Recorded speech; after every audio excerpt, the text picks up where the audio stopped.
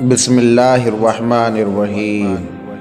حضور خواجہ غریب نواز فرماتے ہیں کہ جب میرا مجاہدہ عثمان ہارونی رحمۃ اللہ علیہ نے پورا کروا لیا تو ایک اینٹ جو سامنے پڑی ہوئی تھی اس کے طرف اشارہ کر کے کہا، اس اینٹ کو الٹو۔ میں نے اینٹ کو الٹا تو اس کے نیچے سے سونے دینار ملے۔ آپ نے فرمایا، اسے لے جا کر فقیروں میں صدقہ کر دو۔ جب میں نے صدقہ دیا تو فرمایا کہ چند روز تک ہماری خدمت میں رہو۔ میں نے عرض کیا کہ بندہ حاضر ہے۔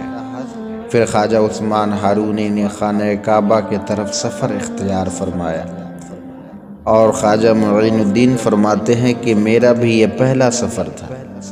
الغرض ایک شہر میں پہنچ کر ہم نے مقربان خدا کی ایک جماعت دیکھی جن کو اپنے آپ کی ہوش تک نہ تھی۔ چند روز انہی کے پاس رہے جو اب تک ہوش میں نہیں آ پائے تھے۔ پھر خانہ کعبہ کی زیارت کی۔ اس جگہ بھی خواجہ صاحب نے میرا ہاتھ پکڑ کر مجھے خدا کے سپرد کیا، اور خانہ کعبہ کے پرنالے کے نیچے اس درویش کے بارے میں مناجات کی تو آواز آئی کہ ہم نے معین الدین کو قبول فرما لیا ہے۔ جب وہاں سے لوٹ کر ہم رسول اللہ صلی اللہ علیہ وسلم کی زیارت کے لیے آئے تو فرمایا کہ اے معین الدین، حضور علیہ السلام کی بارگاہ میں اپنی سلامی پیش کرو۔ میں نے سلام کیا تو آواز آئی، وعلیکم السلام اے سمندر اور جنگل کے مشائخوں کے قطب۔ جب یہ آواز آئی تو خواجہ صاحب نے فرمایا، اے معین الدین، چل تیرا کام بن گیا۔